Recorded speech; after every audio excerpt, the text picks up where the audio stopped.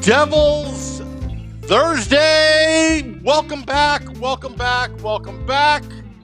Oh yeah, do we have a podcast for you?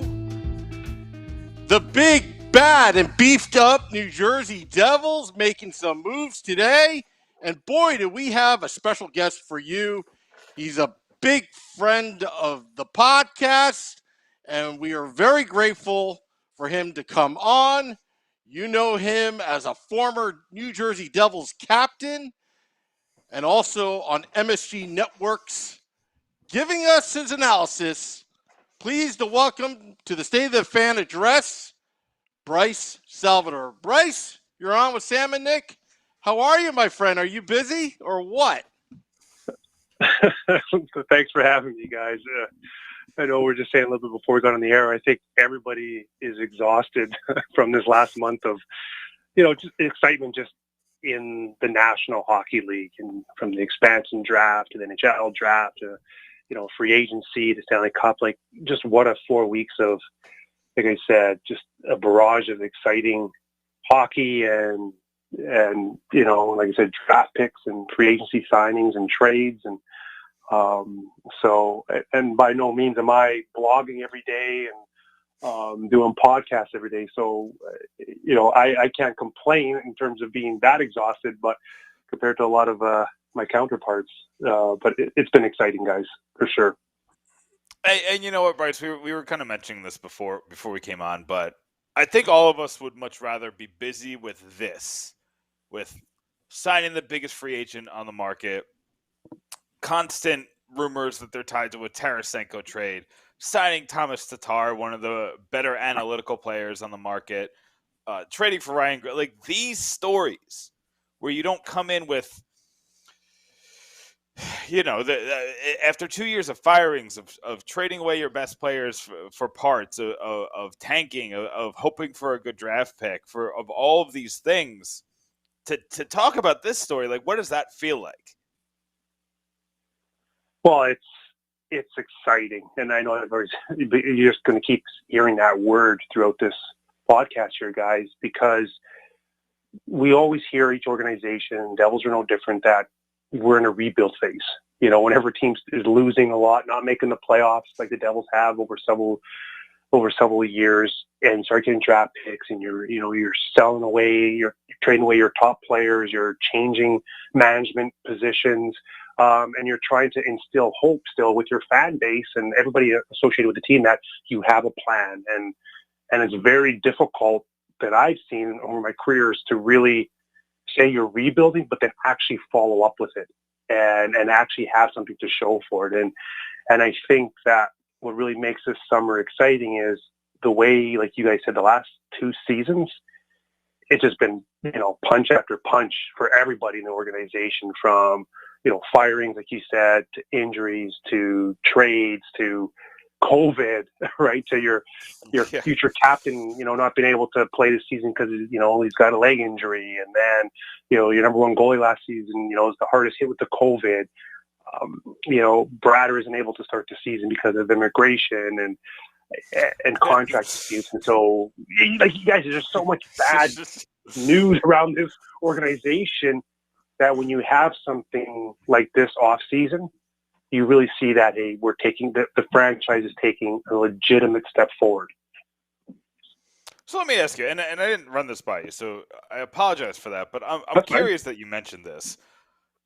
Do you think this offseason happened because of where, do you think the fan base and the state of the fan base influences management? Do you think that Tom Fitzgerald was like, we need to give them something, or maybe like, I don't want to lose this fan base. You got an exciting Islanders team and you got a Rangers team that's up and coming in the same market.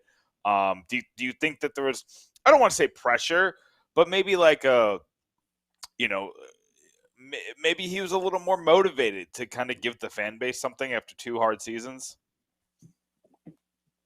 Well, I always think there's definitely external pressure, in every position, that, the players, and management. And definitely after the last couple of seasons, I think, Tom Fitzgerald would have definitely been under some pressure just because of what other teams are doing to do something. But that being said, if you listen to Tom Fitzgerald over the last couple of years, like, he's been very calculative. He's been really talking about this being, the phase of, learning to win. We're going to be on the huge time frame. We have cap space, and you can say that things are really just aligned for the Devils. And you can say some of it was planned. I would assume so. Like, they've been strategic about it over the last couple of years, protecting their cap space. And then you see some of, especially this year, when you have a Sharon Govich and a Kuokkanen, just literally come out of nowhere. All right. And then you see McLeod finally take that step forward. Miles Wood has a really strong season again. Brader comes in and finishes strong. Pavel Zacha, we're hoping, is really coming into what he's going to be. Ty Smith steps in and has a phenomenal season. So when you have that happen, and you actually have to make decisions on who you're going to protect from the expansion draft, when I talked to some guys in the organization, like, going into the season, we didn't even know if we're going to be able to have people to expose, and that being the Devils. And then now you're like, geez, who you keeping? McLeod or Bastian, or, she had some decisions. So I think because of a lot of those factors, that allowed Fitzy to say, we can go after the big fish, Dougie Hamilton, and the timing is right, in my opinion as well. Maybe you say, hey, it's a year too soon, right, when Heischer and Hughes are going to be kind of at their, really right to take this team deep into the playoffs. But this is a situation where the timing was so perfect that you just can't pass on this, right? There was not as many teams that had a lot of money to spend. And so if you're going to say, well, let's wait one more season or another season and try to find a right-handed, top pairing defenseman, that's a big risk when Dougie will fit into the time frame of the Heischers and the Hughes. And you mentioned Dougie Hamilton. So I do want to get to the stuff from today, but first I do want to, you were the defenseman, you were the captain of the Devils, you led the team to, you helped lead a team to a Stanley Cup final. You know what it takes to win on the blue line. And the Devils brought in Dougie Hamilton. And we saw a plethora of moves, and it seems to be that the consensus in the analytics community is that Dougie Hamilton makes the most sense when compared to Seth Jones and Zach Werenski and Oliver Ekman-Larsson and a couple other of the obviously Larsson was a trade, but there was a couple guys, outside of Cale Makar, who it's a different scenario because he's probably top 3 defenseman in the league. But when it comes to acquiring players, it sounds like Dougie Hamilton's one of the most well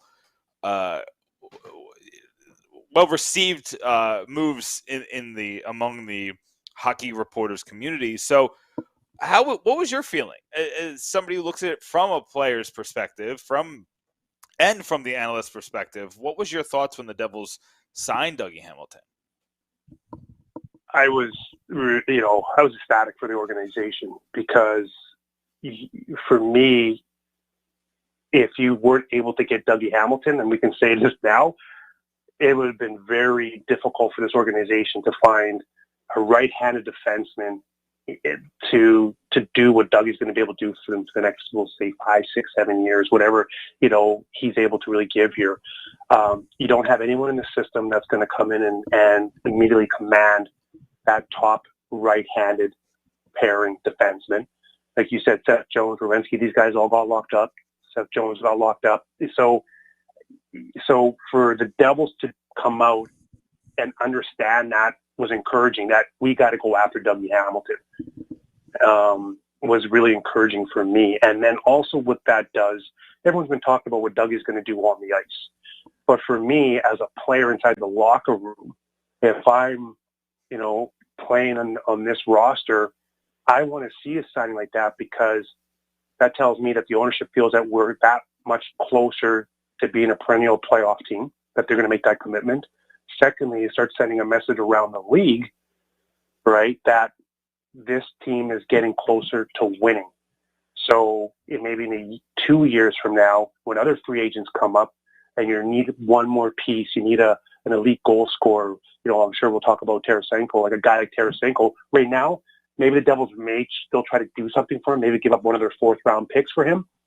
But you don't go all in right now, right? You wait a couple of years, and then other free agents will see this as, hey, you know what, I can come here. I'll be that piece that would maybe help this team go across the finish line.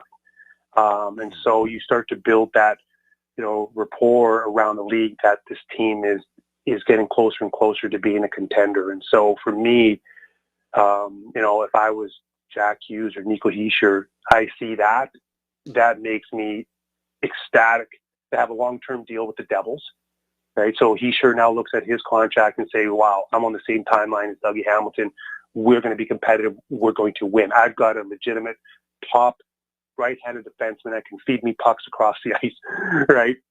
Maybe for some one-timers. And then same with Jack Hughes. So it sends a message on so many different levels, guys. And then on the ice, he's going to immediately help the power play. And, when I was looking at some of the numbers, the Devils power play wasn't very good, right? We know that. And, me guys like to always talk about stats, but, when I looked at some of the strengths that Dougie Hamilton can really immediately help is shot attempts. Dougie short on the power play, was generating the most shot attempts of any defenseman. And last year, the Devils, right, their overall shot attempts on the power play that, on net was 30th in the National Hockey League. And so right off the bat, you're adding a guy that's generating the most shot attempts as a defenseman in the league to your power play, which was dead last in some of those categories. And so all these shot metrics on the Devils power play were at the bottom of the league. And so, and then you start really talking about some of the, passes and, opening up different lanes on the power play. So now when you have a guy like Dougie Hamilton who can pound the puck, who wants to shoot the puck, but can also pass, that's a different threat. And that starts opening up passing lanes. And Dougie was ranked 4th most, he had the 4th highest ozone pass completions on the power play. And so his pass rate on the power play was the 5th best in the National Hockey League. So not only did he shoot the puck the most, with the most shot attempts, but he had passed the puck at a high rate and had a great completion. And then, he had the 6th highest ozone possession rate as a defenseman on the power play. So, so right off the bat, you already start to change, the mindset of your power play. All the guys on the power play, they feel like, wow, we've got a stud back there, right, who's going to be able to control the puck, not taking anything away from Ty Smith, right? But Ty Smith is a different player. Ty Smith's more of a distributor.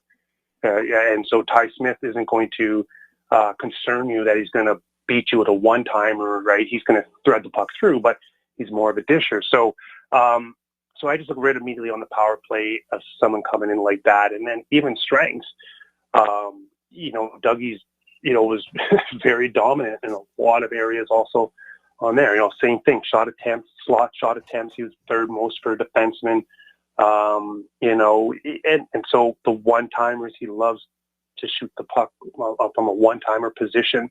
So then again, when you're defending that, and I flip things around as a defenseman, when you know that you've got guys that are excited to take one-timers and they're accurate with the one-timers and you get them on the net, you're always guessing and you got to cheat and defend differently. So, like I said, this is a very good move for the Devils. And I know there's been some people say, well, is it too long, 7 years? Is he going to be good at the end of the contract and all that?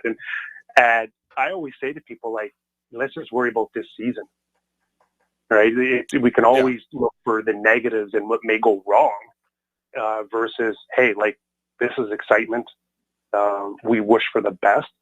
But I can tell you right now that everybody inside that locker room as a player, right, they all grew a couple more inches because, they're pretty excited. So you just mentioned inches, and I wanted to get into that. Bryce, Google has you standing at 6'2", 220. I don't know if those are accurate numbers. There's always fudging one way or the other. But that would make you probably the biggest defenseman on the Devils at the start of last season. There just wasn't size. It's it's just a fact. I think PK was maybe Damon Severson was his biggest. I don't have the numbers right in front of me, but all I know is that you pale in comparison to a 6'6" Dougie Hamilton. I think it's 6'7" Christian Jaros. Ryan Graves stands at 6'4". It's clear that Tom Fitzgerald targeted size. He went for size, and it just happened to be guys who are actually skilled and actually bring something more to the table than just being big guys. But was that something that they needed? Did they need size on the blue line? Absolutely, and that I would say, because that's a role that I played with size and being tough to play against, boxing out, protecting the front of the net, protecting your goaltender, creating time and space for an offensive-minded defenseman, usually as my D partner. I can't tell you how many nights, guys, over the last several years, being when I started working with MSG and the Devils, announcing games and me just being the former captain. I mean, I don't like to talk negative about, my teammates or teams, but it was frustrating a lot of nights the way we defended in front of the net. Because it's very difficult to win consistently. If you're giving up a lot of rebounds, your goalie's getting run into, you're not boxing out, you're missing guys in front of the net. Yes, the games change where, you can't just keep cross-checking guys and knocking guys down in front of the net, but when you got the size the Devils now have on the back end and they're all mobile and they can all skate, well, now you can start boxing out. Forwards have to take a longer path around to get to the front net. Those split seconds will allow Mackenzie Blackwood and Bernier to be able to see that shot for that extra split second and maybe make a save that normally would go in. It's a forward. I always remember, playing against forwards, like they don't want to play against big defensemen. Right? It's intimidating. Absolutely, you're not winning, in the playoffs with small defensemen if that's the average. We've seen in the playoffs, like Tampa Bay, they got big D, right? Montreal was big. And so, you need that. And then I think, it was a bonus here with what he brought in. These guys can all skate. And I talked about Ryan Graves on Twitter, and like I said, I got a soft spot for him already just because his role reminds me of my role. So, and that's just that defensive-minded guy that's going to, get out pucks, go into the corners, and plays, be hard to play against, but he can move the puck, he can skate the puck, he'll be the anchor on the penalty kill.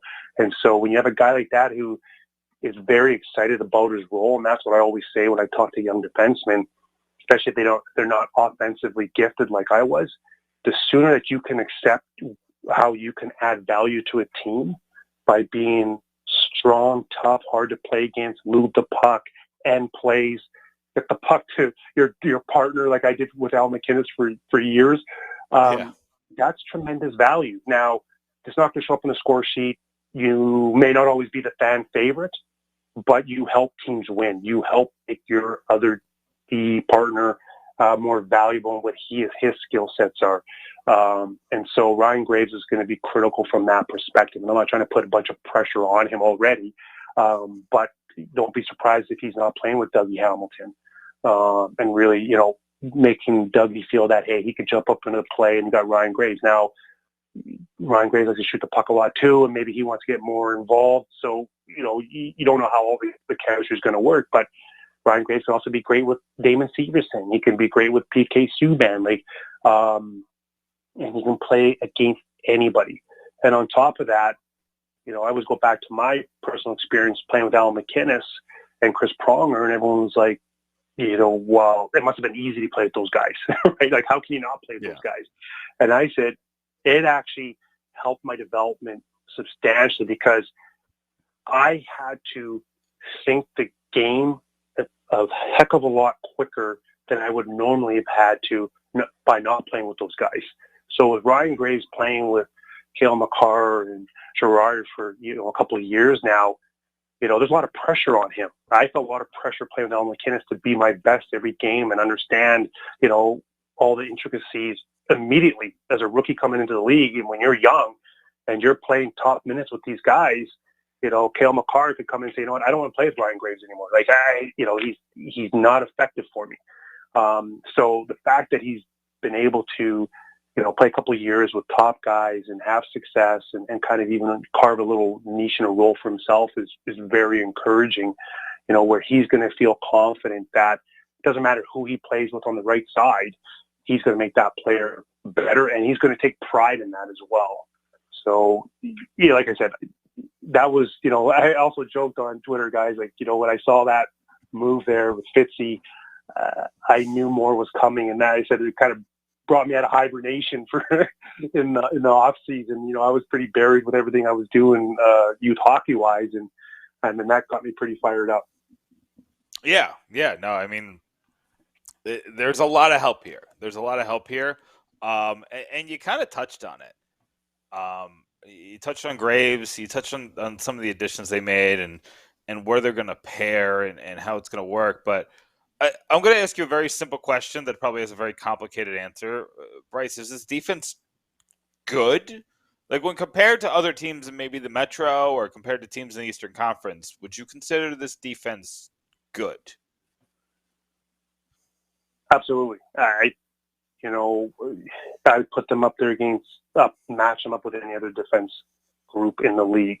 You got a former, Norris Trophy has depth in there. You got Damon Severson that just, can move the puck, defensively. I know he can frustrate people. You got a young kid, Ty Smith. You got Dougie Ryan, whether it be Siegenthaler, whether you have, Kevin Ball come up. Luke Hughes is maybe a few years away.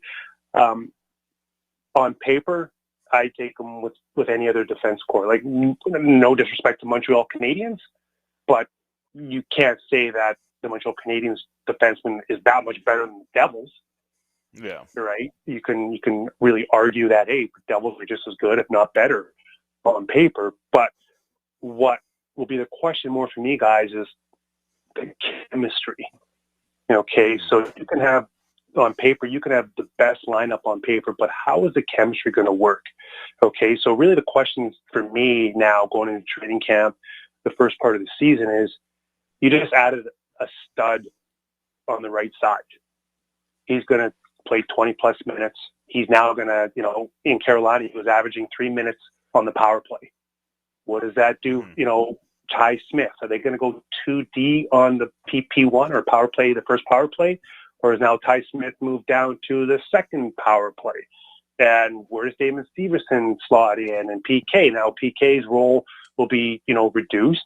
Now, PK, how does he accept that role? Right? He may not get very much power play time anymore. So it's the chemistry, those dynamics. How can Lindy Ruff and Elaine Nazardine make everyone feel like they have a role and it's a valuable role to play? And so for me, that. Oh, hello? Oh, sorry. Yes, I still got you. It's going to come down. Yeah, I was hearing some background noise. So for me, that's really the questions here, and it's not necessarily not going to be necessarily the questions of whether or not can these are the D good. Can they play good together? Yes. Does that make Bryce, sense? yeah, makes total absolutely. sense. Bryce, we got a question from Christopher on the YouTube Live. He asks, I would be curious to know what Bryce thinks are reasonable expectations for Devils next year. At the very least, be a bubble team?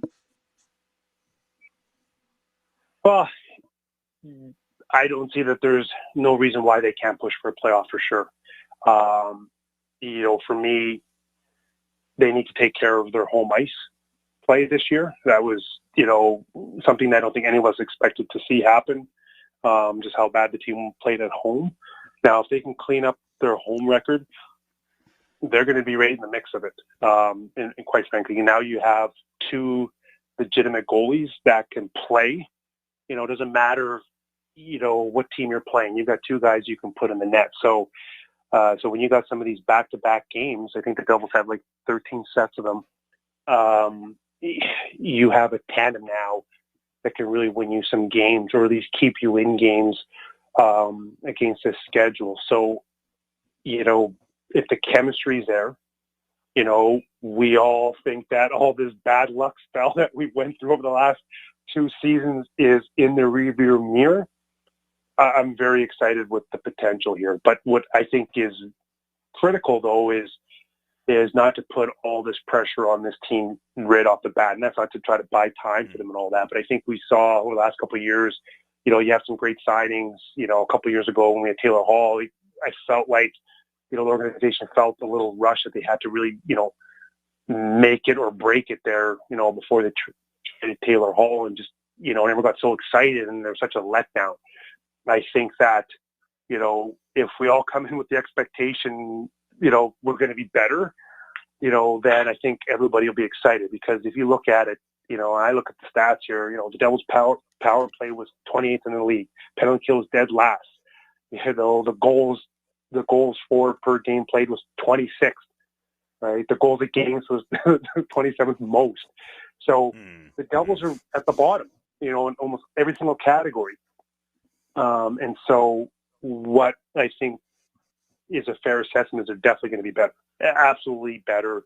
It won't surprise me if they make the playoffs. And what I would say is if they're at the bottom again, I would be very disappointed. I think everybody would, but I don't expect that. And I just see too many smart moves by Fitzy right now to just continue to move this along. And I think what's important here is that the Devils have a lot of stretches of winning. And so for me as a player coming in, you always go into the season expecting to make the playoffs, right? And then have a deep run in the playoffs. And so you always have those things. But I think from the Devils' perspective, you're going to look at your 5-game, 10-game segments. You're going to say, you know what? We don't want any 7, 8-game losing streaks anymore, right? We want to get to the point where, hey, we lose a game, everyone feels awful, like they're mad, right? Yeah. You lose that second game, it's like, you just lost an arm. Like you're not losing that third game in a row. And once they see that mindset kind of get into that locker room, that'll be very dangerous for the opposition. And so I think that's the next phase here. And you always hear that term, learning to win phase. And to me, that's what it means to me. And that's what I'm trying to communicate is like, this team just doesn't lose 4 in a row anymore. And so that's really the next step for me. So I want to pivot a little bit, and I kind of want to fast forward to today. Today was busy. Today was very busy. One of the moves really confused me, and that's what happened in the AHL and kind of the movement of coaches. So I do want to get to that in a minute, but I want to start with Tomas Tatar. He's everybody calls him an analytical darling.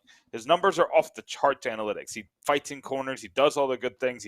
He plays 200 feet hockey. But at the same time, the Canadians benched him for a Stanley Cup final run.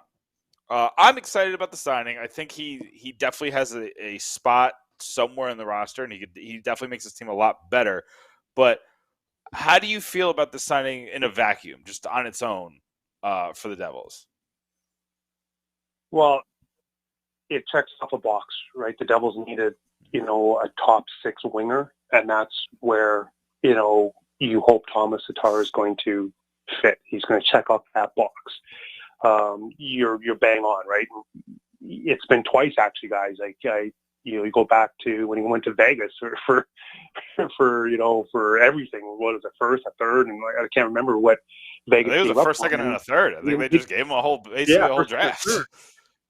Yeah, right. And they didn't play him in the playoffs either. I think he got like 8 games or something like that. Because I just remember the storylines back there, like how they gave up so much for Tatar, and they didn't even play him in the playoffs. And then so, and then we see here, right, in the playoffs. So one thing we can say, the playoffs, for whatever reason, he doesn't perform in the playoffs. But that being said, you've got a guy that I think's got about 6 seasons of scoring 20 goals. So he's a perennial 20-goal scorer. He's 1 year removed from scoring, I think, 20 or 25 goals. So he's been with Montreal 3 seasons. I think 2 of those seasons he scored 20 goals. So it's not far-fetched to believe that this guy is not going to score you 20 goals next season. So if you go on that premise, it's a great sign. You got a guy that's going to come in here, hopefully add some offensive, punch to this team, because everyone's hoping Sharangovich is going to just pick up from where he left off, but that's a lot of pressure to put on him. Sharangovich, so he had a great rookie season. Every player after your first season of success, you have a little doubt. I had it, after my first season playing with Al McKinnon, it's like, hey, is this real? Am I going to be able to do this again? And so, right, so Sharangovich is going to go through that. He's now going to have to really understand, okay, pressure's on me. He just got a new contract, a big raise. So you have to deal with that emotionally. So you really hope a guy like Tomas Tatar can come in and take some of that pressure off of Sharangovich. If in a perfect world, guys, Tatar comes in, he gets maybe gets 2-3 goals here in the first 10 games, right? Like, that immediately removes pressure from some of the young guys. That's how I look at things, is like pieces that, Fitzy can bring in, especially on the front end. Can they reduce some of the pressure, on some of the goal production? Hopefully, Andreas Janssen kind of has a bounce back season. Fitzy talked about how, he talked to Janssen, during the protection phase, like, he's part of this team. And so, Tomas Tatar, I think it's a great signing for me versus giving up draft picks and prospects for Tarasenko. Like, I'm not saying that it wouldn't be great to have Tarasenko on this team. He too could relieve some scoring pressure for some of the younger guys.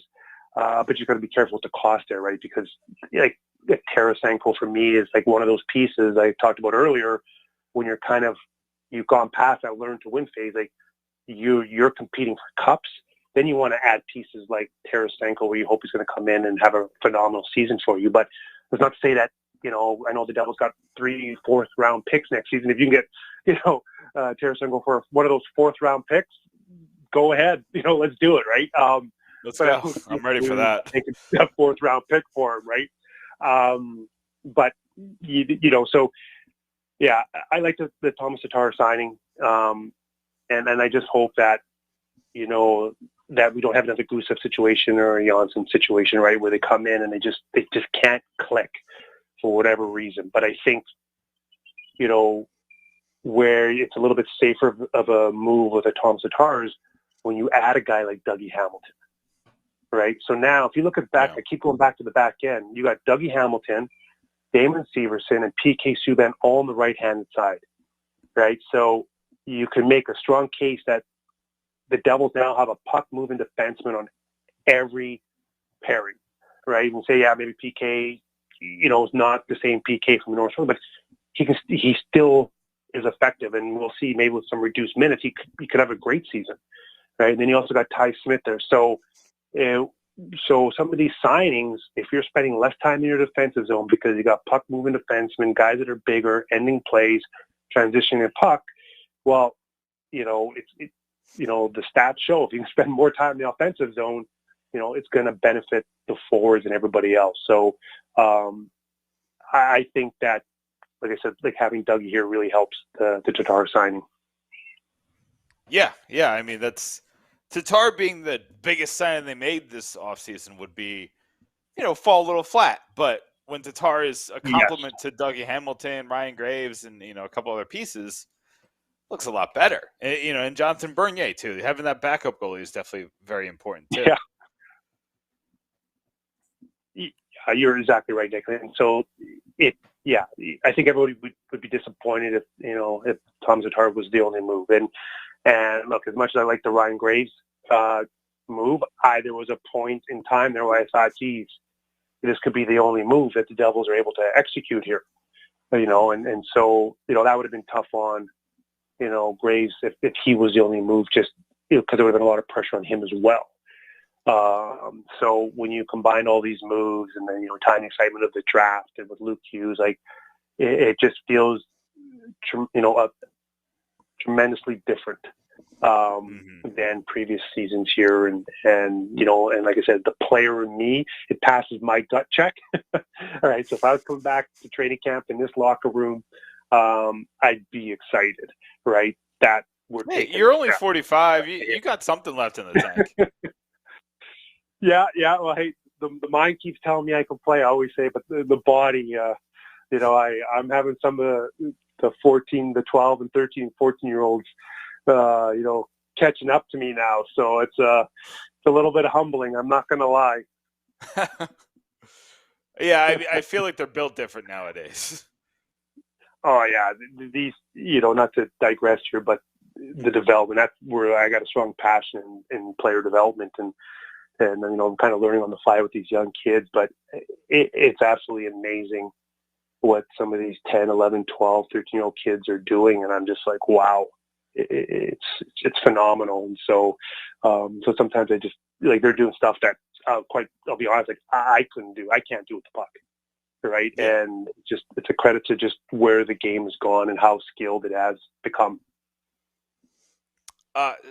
So Bryce, going to the major coaching changes, going to Utica, the AHL teams just, I mean, it's completely different. They're playing in a different city. After playing in New York last year, playing in Binghamton the year before, now they have a new home, a new name. They changed head coaches. Maybe some fans don't see this as a big deal, but I kind of see where the Devils AHL team is at. You might have Alexander Holtz and Dawson Mercer on that team. You got a lot of important players. Nico Dawes and Akira Schmid come and play their first 2 professional seasons, and they're the tandem in net. You obviously have Wedgwood too. There's just a lot. There's a lot happening here. There's a lot of balls in the air. So first, I want to just how important is it? How important is the AHL coach? How important is that to the development of the future NHL team's roster? Look, it's critical. I go back to my AHL years. I spent 3 in Worcester, and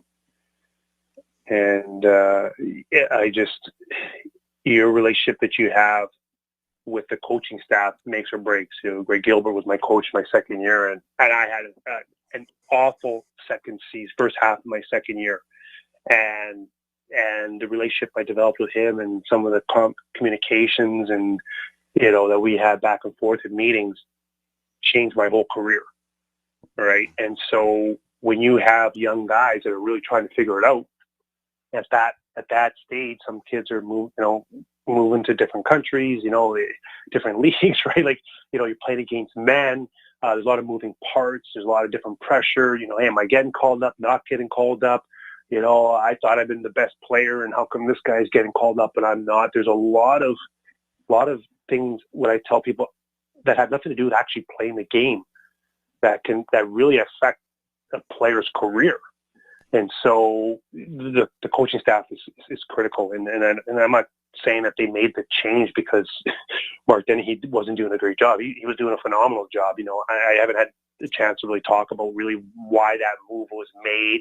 I am also a big believer that it doesn't matter what coach you are, you have a shelf life, right? It doesn't matter if things are going great or not. And so maybe they just felt that, with Utica and everything coming on, that, and maybe with these young guys, I'm going to, speculate, but maybe it's just because of, Dineen's career. Like, Mark Dennehy, I believe the highest level he played was college. Not saying that you have to, you have to play at the highest level of the NHL to be a good coach. I'm just saying maybe they felt, hey, with all these young kids, Ken Dineen has had success in the AHL as a player, as a coach, in the NHL, he's won a cup, as a coach. And so he just checks off a lot of those buckets and multiple levels. And who knows, maybe, Mark, wanted to really get into scouting and amateurs. Mark's done a phenomenal job for decades. He's been coaching for, in that role, in that trench for years. And so maybe, like I said, I'm just speculating, but maybe Mark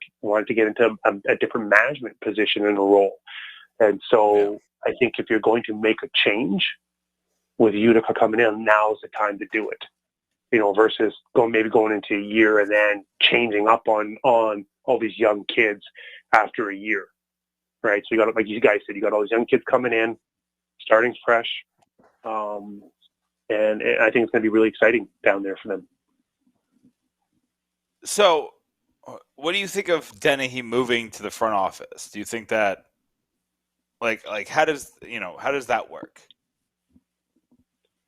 So I think he's going to become the director of amateur scouting. So for me, I look at that it's not a a typical firing, right? So to me, this more that, hey, could be viewed as a lateral move. Maybe it's an upgrade, a promotion. Depends on, maybe what Mark is really looking for. As I said, it's a management position now, and maybe this is what Mark wants to get into, right? And so again, like I don't like to speculate, but you look at Mark, he's been coaching for 20 years or whatever it's been. And so, and maybe he's just looking for a change. And so he's done a phenomenal job. Everyone in the organization that I've ever talked to, when you bring up Mark's name, they said he's been awesome, right? We saw what he's done with the kids over the last 3 years there. So to me, that's why you find a position for him if for whatever reason you're making that change, and it has really nothing to do with performance, right? It just seems to me like you want this guy in the organization, and then you also have an opportunity to bring in a guy like Kevin Dineen that's a winner, right? And everything that Fitzy said is like he wants guys here that want to be here. He wants to build that family. He wants to build, this cohesive environment. And every time I talk to Fitzy, he exudes the passion of a true Devil general manager and just loving everything about the Devils, and it comes across as so genuine and passionate that he's just not doing things half-heartedly. Like he wants people in this organization, and so if for any reason they were not happy with Mark Dennehy, like you're not going to keep him in your organization, right? And so, and especially in such a critical role like the director amateur of scouting, like that's a lot of responsibility. And so so I don't want to not give it the actual importance that position is, right? So we got to really look at it from a perspective is that he's no longer the HL coach and that he's being demoted or anything like that. Like you're going into a position where you're affecting the future of the organization. So I look at both moves as positive, quite frankly, guys. And honestly, I didn't really read much into these moves other than the reason being is because the guy you're bringing in, he checks off a lot of boxes. And Mark Dennehy is still in the organization in a very important role. So I looked at it as you're just really adding a great hockey person, that being Kevin Dineen, into the organization. Yeah, I mean, it's he's a good coach. I was kind of studying his past.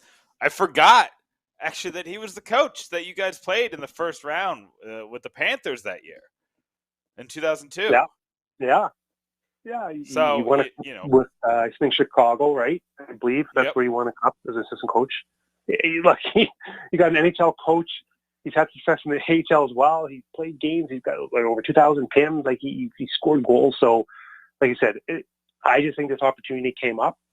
If I had to bet right now, I think the opportunity came up that Kevin Dineen was interested, or however it came up, and he was available, and they wanted to make room for him because he's just a great person to have in the organization. Yeah, it did feel like it came a little bit out of nowhere, and that's maybe that's how it happened. Maybe either he knows Fitzgerald from who knows when. They've both been around the block, so they cross paths and different things. So maybe they contacted each other, and like I said, like you said, I don't want to speculate, just like you don't want to speculate, but it was an interesting move. It was a move I didn't expect, but news is as news does. Before I let you go, Bryce, I really appreciate you spending some time with us, answering some.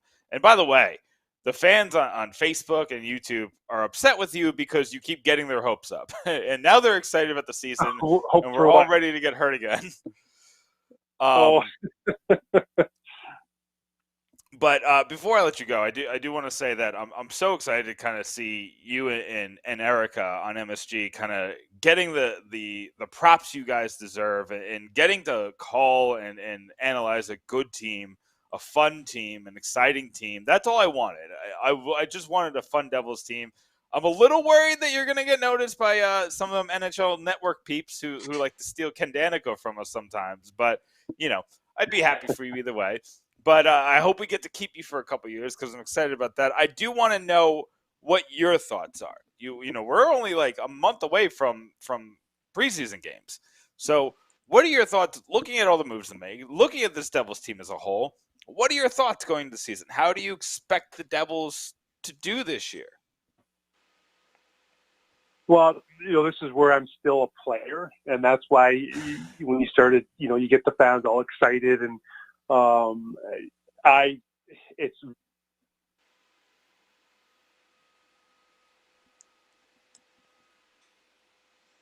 Did we lose Bryce?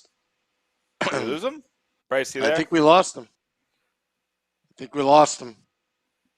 All right, try calling back. I'll talk to Facebook Live for a minute, see if. Yeah. So we'll try to get. You get gotta say goodbye to Bryce. Yeah, we can't just leave like that. Go ahead. No, listen, everybody. I'm excited. I'm very excited. I can't wait for this season to start.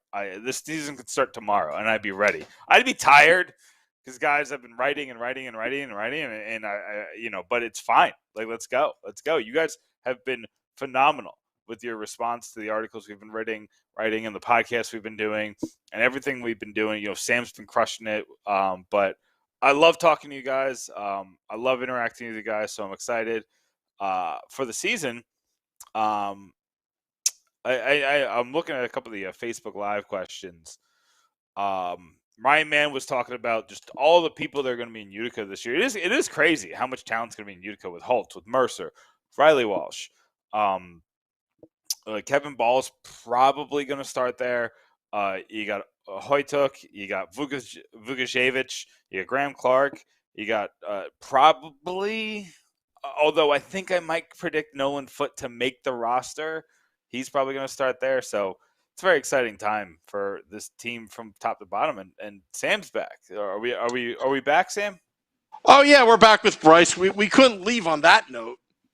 We couldn't leave. We had to say perfect timing, guys. I didn't have to give my prediction. Yeah, there you go. That's one way to avoid the question, Bryce. Just hang up. Yeah, no. I was, trying to dodge it a bit there, guys, and I think you guys should cut me off. So, no, in all seriousness, I was saying the reason why I'm always optimistic is it's just the player in me, and I just don't have it in me to go into any hockey season not optimistic, right? It doesn't matter what the lineup is, who we signed, who we haven't signed, if we got injuries, don't got injuries, so I'm going to start. I don't have it in my DNA.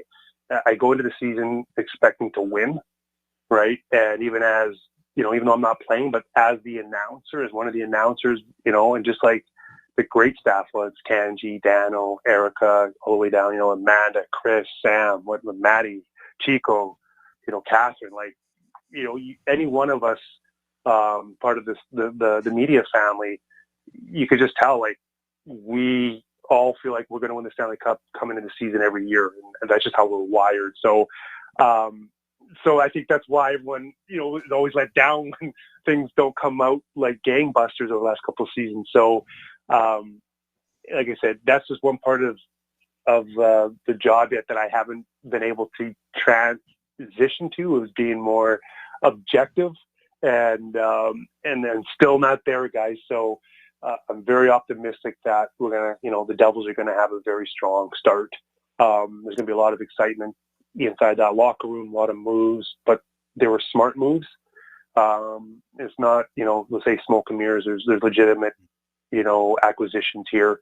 So that alone will really help. And I think that, look, when you look at the schedule, what is it? The first, I think, 6 or 7 games in October at home. And so that will really set the tone for the season. Just knowing as a player coming in, I've already looked at the schedule. It'd be like that homestand, we got to send a message right off the bat. So we're going to come out. We want to win all those home games. We need to show everybody that it's different than last season, that we're going to be a tough building to play in. And then get through those games, then, we can maybe have a conversation, November 1st, we get maybe back on November 1st. And, let me check my one. Yeah, so it is 7 games. So hopefully the Devils will give them the one loss in Pittsburgh. So hopefully, maybe they're 7-1, and then that'll be a great start to the season. Bryce, I'm not going to lie to you, Bryce. Game 1, I think, is against Chicago, a home opener. If the Devils are up 4-0, I'll be the most nervous fan in the stands after what happened 2 years ago. Yeah, look. I just have to. You guys just have to have the belief that we had everything possible go wrong. That you just can't fathom over the last couple seasons. There's a lot of unprecedented things happen, and so you just have to. We can't continue that way, but it hurts. When stuff like that happens, because it's an emotional moment and they stick with you, that's for sure, when you give up leads and stuff like that. So, but hey, it'll be a great first matchup when you can kind of compare, Jones and Hamilton, right? See who got the better of the two sidings there. So there'll be a storyline around that, and then we have Seattle coming up, so the second game, so that's going to be great. So, but yeah, maybe we'll talk November 1st, and we'll see, if we're 7-1 or 8-0 or whatever it might be to start. So Bryce, you do a lot of work with obviously MSG, but you also do a ton of charity work. Is there anything coming up that you want to remind Devils fans that you're working on that they can help with, or is there anything you want to promote? You know what? Jesus, there's always so much. I know that the Devils have, I think it's the 5K run coming up, or, there's just so much on the go, but no, I don't, I'm not a big promoter, to be honest, guys, of anything that I'm kind of doing personally.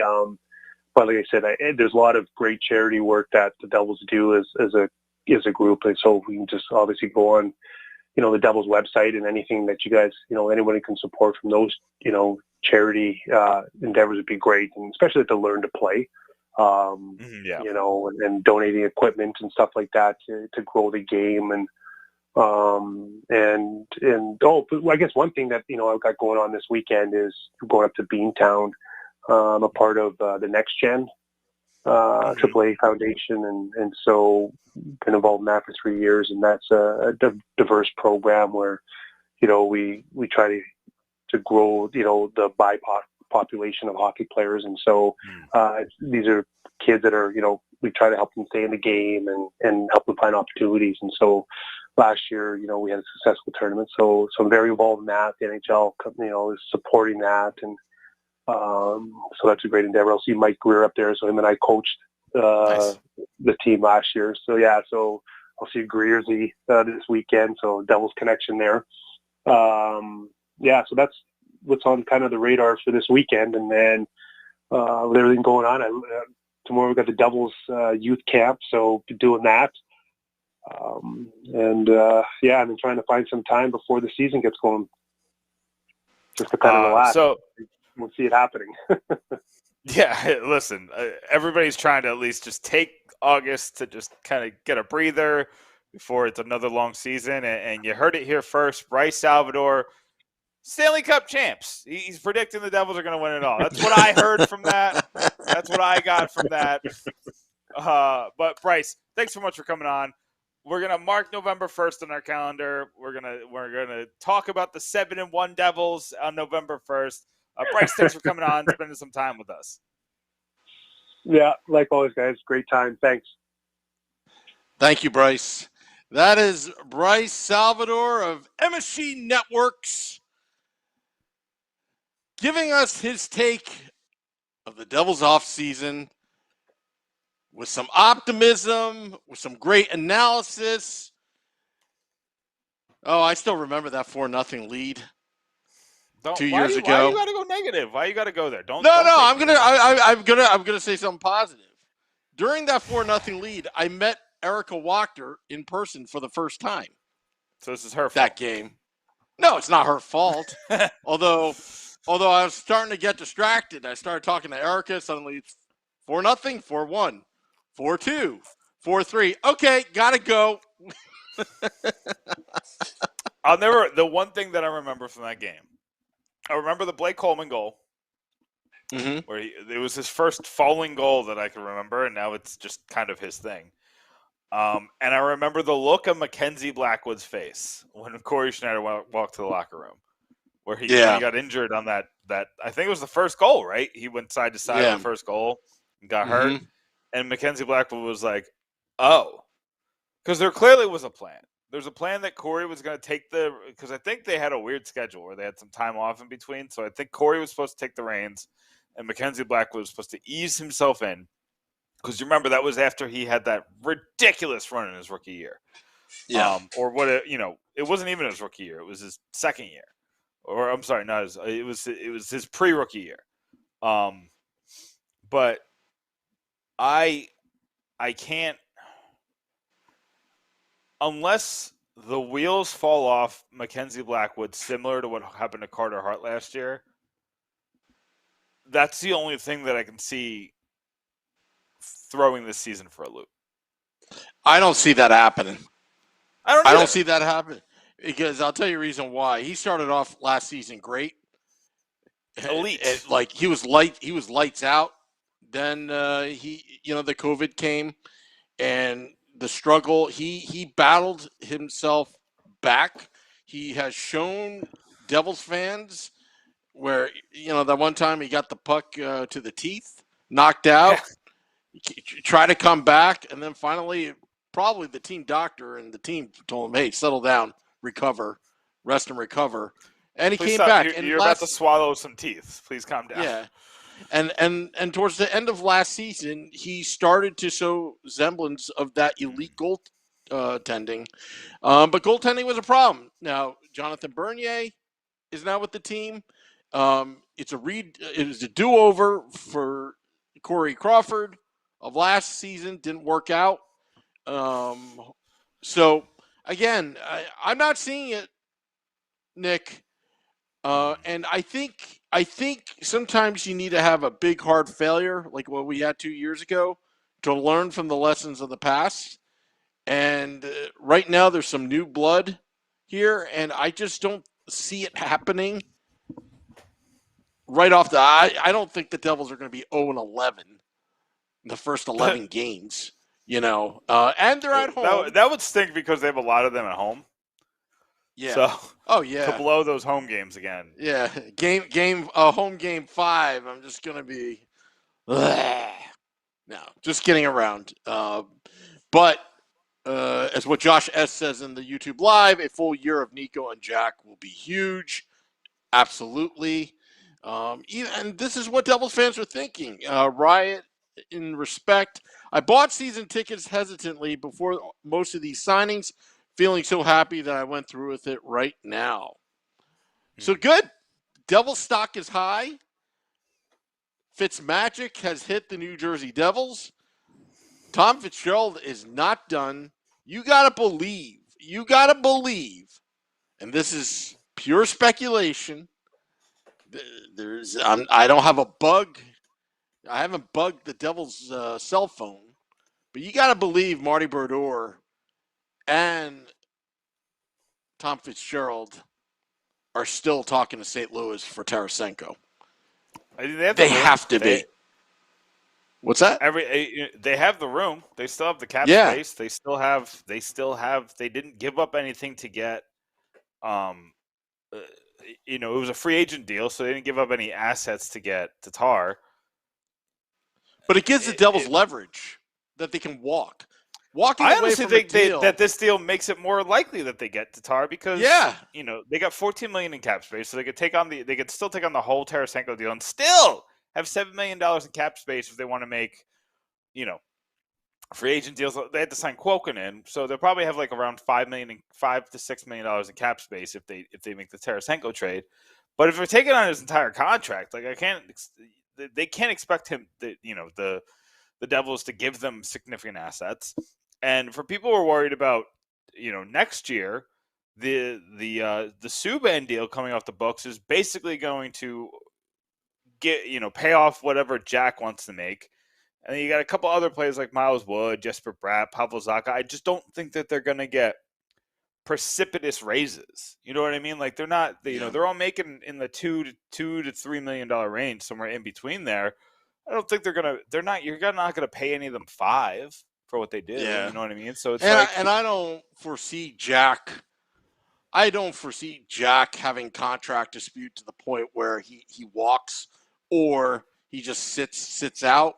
His brother's coming. This is going to be, and you talk about Quinn Hughes a couple years down the line. You never know what may happen. There's something special happening in the state of New Jersey right now. Something's happening at Prudential Center, and all this suffering that us Devils fans were pretty much been spoiled by Lou Lamoriello with all the winning. That I feel right now, just for today, that Harris and Blitzer may have finally gotten it right. Maybe they were right all along. We can't call them cheap. We can't call them cheap. We can't, remember Fred Wilpon, Freddie Coupon, all that. They're trying right now. And I think with Ray Shero, they got their feet wet. They learned from their mistakes because right now, every single move that Fitzy has made, I approve. Hey, we wanted, and I know, it's been said in the Facebook Live, we wanted beef. Hey, where's the beef? And Fitzy brought the beef. And that's the thing. And Bryce brought this up. I don't mean to cut you off, but I've been one to fight you back on this. Be like, oh, you don't want to just get size to get size, and it probably comes off like I don't want size at all, or I didn't think size is important. Size is obviously something. You can't just replace a physical presence like that. But I didn't want to take the Mirko Muellers of the world, or Cody Ceci or something like that. Just somebody. Let's get the guy because he's big. You know what? I didn't want to make those kinds of moves, but I got to give credit where credit is due. Fitzgerald got size. He fixed that issue, but he also got very skilled big men and very. Ryan Graves is really good at a lot of what he does. He played the most minutes on the Colorado Avalanche penalty kill last year. And Dougie Hamilton does a lot of things well. He plays a 200-foot game, and he's an offensive defenseman that stands at 6'6", who's a positive impact on the defensive end. A lot of that doesn't happen. When you get these offensive defensemen, they're offensive. They're Brett Burns. They're players like that. But to have somebody like Dougie Hamilton, and I think Corey Masisak brought it up yesterday. He brought up the name Corey Pronger. And he was like, don't expect him to be Pronger. I don't expect him to be Pronger. Pronger is one of the best defensemen we've seen in the last 2 generations. But the game is similar. Like the way they play. Like Pronger was extremely, extremely good at the defensive end, on top of being one of the best offensive defensemen of our lifetime. And very intelligent, by the way. Very intelligent player. He's a player with size and intelligence. I mean, the thing is, if you can get a player with size, you can't teach size. Also, add in the intelligence, hockey IQ with the size, and they're physically gifted with speed. Mm-hmm. They don't come every day. And I think – go ahead. The biggest issue with the PK Subban trade was that you got a guy who was high risk, high reward, who lost the skills that it took for him to get those rewards. So you'll take the mistakes that he makes when he's scoring 15 goals and getting 60 points and, getting you out of trouble more often than not, and playing with speed and playing left to right and up and down and a north-south, east-west, all over the place game. But when you take that guy who plays a high-risk, high-reward game and then give him a back injury, then it's more risks and less rewards. And then, the scale changes. Hamilton's not that type of player. he's an offensive defenseman, but he doesn't take a ton of, he doesn't make the wrong pinch. He doesn't try to do too much by himself. He definitely relies on his teammates and he should. And yeah. And, again, and I think I'm starting to appreciate right now, and I hate to say it, I'm starting to appreciate what Ray Shero did, because he basically ripped it down. I think Taylor Hall's unexpected, because I don't think anybody was expecting a Hart Trophy season. I think that was kind of fool's gold. It gave us a glimpse of what the future could look like. And then the moves, the non-moves after that season, and then the big moves for PK Subban. I think Bryce was right. It was kind of forced a little bit. But right now with Tom Fitzgerald, the way he has managed the team, has stayed engaged during a pandemic. Remember, there was 9.5 months of just nothing for the New Jersey Devils. No practice, nothing other than Zoom meetings. You can't build a hockey team like that. Going from that, then the whole COVID hitting the team, also, the slump and the trades. Fitzgerald, he shows that he's got a lot of fight to him, and and he had a plan all along. And right now, again, on paper, this looks great, but I still think we need to be patient, because notice that these contracts are 2 years. Yeah. Tatar, Bernier, and Graves, I think it's 2 years. Graves, 2 years, right? There's a lot of players that have something to prove, and I think that's a good thing. At the same time, in 2 years, Luke Hughes may be in the mix to possibly trying out and making the lineup right off the bat. Who knows? And you will have a seasoned Ty Smith. Yeah. PK Subban probably won't be here. Damon Severson, depending upon how he does next couple of years, you can kind of, assess then. But for now, I think we're going to see some exciting hockey in New Jersey next year. Will they make the playoffs? It's still a tough division. But, with the Caps, I guess the BJs aren't going anywhere. Rangers, I think they're going to be tough to beat. I think they're going to pound you. Islanders look good. But I think the Devils in the mix, you can't count on Pittsburgh. You can never count them out, as long as Crosby's on the team. So those are my thoughts. Yeah. Yeah, and we can go in a minute, because it looks like I'm freezing up just a little bit. But, yep. Yeah, I just – listen, the excitement is there. You could tell by just how Chico was talking last week, how Corey was talking yesterday before the Tomas Tatar deal, how Bryce is talking. And Bryce has always been a cheery guy, but you also have to remember that the Devils looked really good before they got hit by COVID. They looked really good. They were beating Boston. They were beating New York. They were beating there was another good team that they were beating that I don't remember. Did they beat Pittsburgh? I think they beat Pittsburgh. And then they got hit by COVID, and they looked like a completely different team.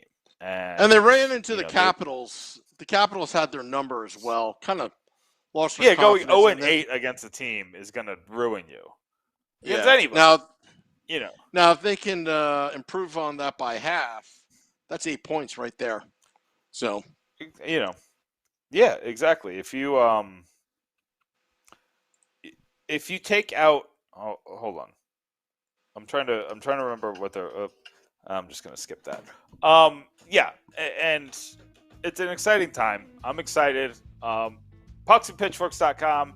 I wrote about the AHL weirdness about their situation, but I like Dineen. I think he's going to be a good coach. There's just a lot on the line this year to do something new. So that was interesting. Got a couple articles up on Tomas Tatar, one by Vinny, one by me.